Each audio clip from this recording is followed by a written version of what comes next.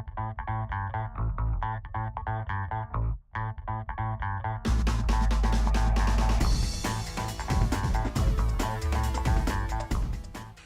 to move into your property, because a lot of you listening to this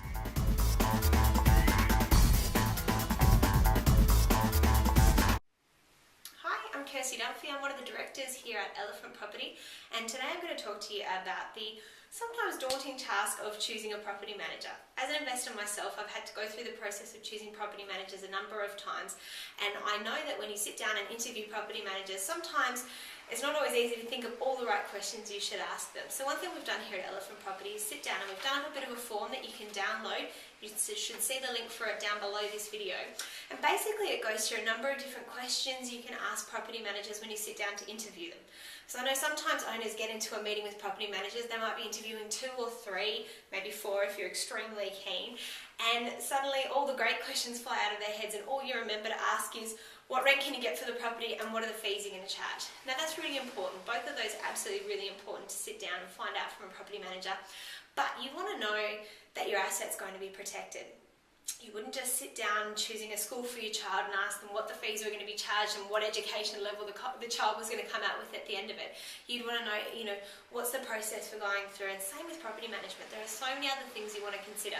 So with our checklist that you can download below this video, you'd be able to find out a whole heap of questions you can ask. So let me go through a couple of them and actually talk to you about why they're so important.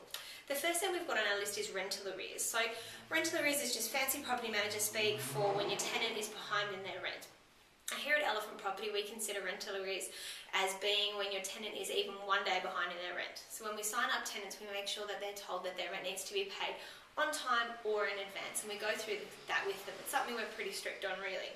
So some of the questions you might like to ask a property manager, and don't worry about writing these down, they're all on the sheet that you can download below. But number 1, what percentage of your rent roll is 1 or more days in arrears as of today? A good property manager will know that figure, and then you'll be able to compare that figure against the other property managers that you're interviewing. Secondly, at what point do you notify owners if a tenant is in arrears? So are you going to get a call when your tenant is 10 days in arrears, or we find out when the tenant's 1 day in arrears? And talk to the property manager you're interviewing about why that's their procedure. Find out how strictly they monitor rent arrears, because that's absolutely something a good property manager will stay right on top of. Second question that you want to ask them is in respect of marketing. How do they find tenants to rent properties? Is it predominantly through the internet? Is there a lot of walk-in traffic to their office? Do they have a database that they use? Find out from each property manager what they're doing to find tenants to move into your property, because a lot of you listening to this will have properties that are going to be vacant, and so finding a tenant and finding a good tenant will be really, really important. Once they've found someone that wants to go into your property, the next question on the list is, how do you check and approve tenants for a property? So is it a matter of they check 2 references and employment? Is it 5 references? Do they have to provide credit checks?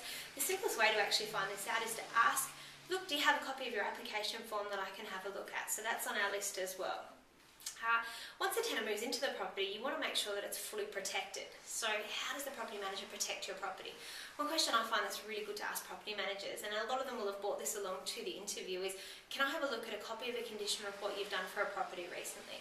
You want to look for detail. You want to make sure that that condition report doesn't just say one wall, one hook, that it describes the paint colour, that it describes any marks, so that basically when the tenant moves out, your property is properly protected. So a really nice detailed condition report is what you want to see there.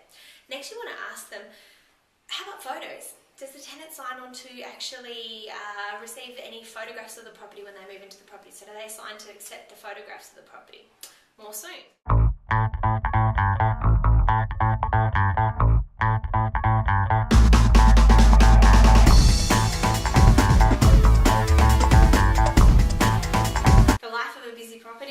Let's continue. So the next question here is in regards to increasing rent. You want to know how soon and in what sort of fashion does your property manager start doing rent reviews. So say you put a tenant in for 12 months. At what stage will the property manager contact you as the owner to find out whether you'd like to increase the rent, whether you'd like to renew the lease? You want to make sure that that's at least 70-75 days out from when the lease expires, so that there's ample time to provide a tenant with notification that their rent is going to go up if you choose to do that. Okay, Second thing that's on this tape is going to be, who's the contact person? Is the person you're meeting actually the person that's going to be managing the property? If not, can you meet that person? Because obviously it's vitally important that you get to know on a personal basis, preferably face to face, the type of person that's actually going to be looking after your property. Secondly, what happens if that person's ill or on leave? Who's the backup person? What are the systems that are in place to make sure that your property is still adequately managed during that time? Because nobody's a robot, nobody can work all of the time. And the third thing is, if that person's not an owner of the company, what happens if that person does leave the company? What sort of contingency plans are in place to make sure that you as an owner have uninterrupted, high quality property management? Next section, what memberships does your real estate agent belong to? And the number one thing that you want to look for here is membership of the local real estate institute. It's vitally important so that they can have access to training, so that they're upheld to a professional code of conduct, so that they've got access to all of the most recent leases, the research, everything that a real estate institute can provide. Okay, next section, inspections. How often does that property manager inspect properties? And how do they let you as the owner know that they've been and done the inspection? Is there an email? Is there a written letter? Are there photographs? How are they actually conveying to you what's happened at that inspection? Then you get onto fees and payments. So not only is it important to find out all the different fees that are involved with property management, but secondly, what do they do to earn those fees? Thirdly, how often do those funds that are left over, so the rent, how often does that get sent to you as an owner? Is that monthly? Is it fortnightly? How often are you going to actually receive money into your bank account? And just in regards to fees, one thing to really check out with property managers as well is with the letting fee, so the fee for finding a new tenant. Just check and see whether that's payable once every time a new tenant is found, once a year, or a maximum of one time in a year. That's a really important thing to check because the letting fees can actually stack up quite a lot. And then at the bottom of this checklist, we've got a little, a checklist to sort of go through with yourself when you get home. So number one, do you feel you can personally work with that person who you met? Because that's really important. You have to build an ongoing relationship with your property manager. So you want to have built up some rapport with them. You want to feel comfortable with them. Secondly, do you feel that that company that you've chosen is the best in terms of their branding for you? So are they going to be able to best represent your property? Next, for me, this is a really important one. I like to go with a property manager who's an investor themselves. I want them to understand what I'm going through as a property owner. I want them to have felt the excitement and the exhilaration of getting that first investment property. I want them to feel the stress of having rates and a few other bills come due and having to decide, okay, what are my priorities?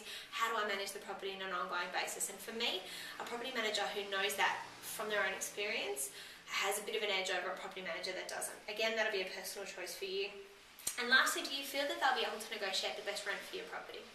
So the agent that comes in and says, look, these are my fees, but I'm happy to slash them down, is that going to be the type of agent that's going to be able to say to a tenant, look, this is a quality property, there is competition for it because of the way that we've marketed it, and get you the absolute best return on your money? Because higher rent is in the long run going to put more money in your pocket than the agent that slashes their fees down. And a little bit of extra homework that you can do as well. Have a look online, see how the agent presents their properties. Is there great photography? Is there really good copy? Are you happy with the way they're presenting their vacant properties? Because that's how yours is going to be presented. Do they use any social media? Are they a bit young and groovy? Are they on Facebook? Do they use other types of means of getting their properties out there and getting the best promotion for your property? And finally, what do their current clients say? Are there testimonials on their website? Did the agent bring along testimonials to the presentation? You want to find out, some agents will even say, and we'll certainly do this here at Elephant, if you want to speak to some current clients of ours, here's some email addresses of people you can contact. So sometimes that can be a great way to find out what the service is truly like at a company. Hopefully you'll be able to download the sheet below. Whether you're looking for a property manager here in Launceston, you're calling Elephant in so that we can have a chat to you, or whether you're having a look for a property manager anywhere else in Australia, the sheet should be really handy to you. It's just a PDF, you can download it at the link below, and good luck choosing a fantastic property manager.